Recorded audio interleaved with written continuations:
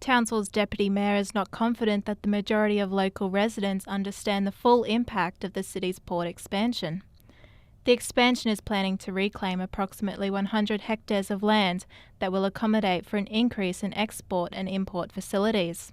Townsville's Deputy Mayor Vern Veach says the local community is not fully aware of what the expansion involves and its potential environmental effects. I think that's up to the leaders of the community to take that forward, and the leaders, including the Port Board.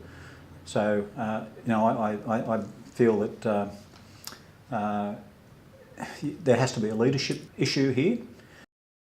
Vern warns the leadership isn't just about economics. We've got to look at the long-term potential adverse impacts on part of the economy if we don't get it right.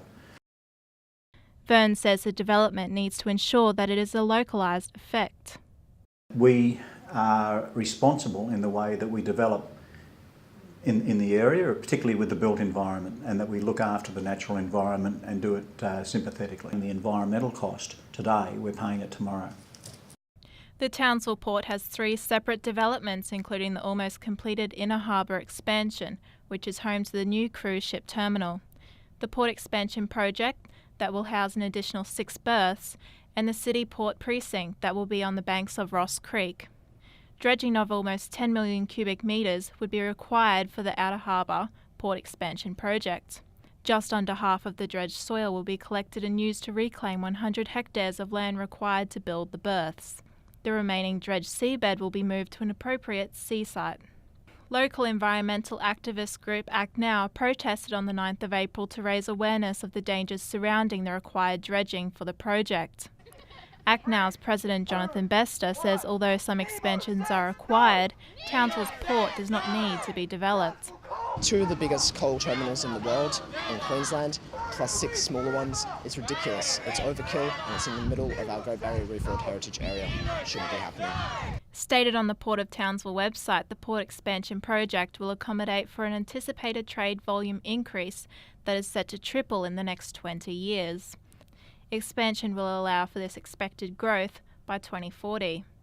Local mining group Curtin Brothers are regular users of the port, exporting iron ore to China.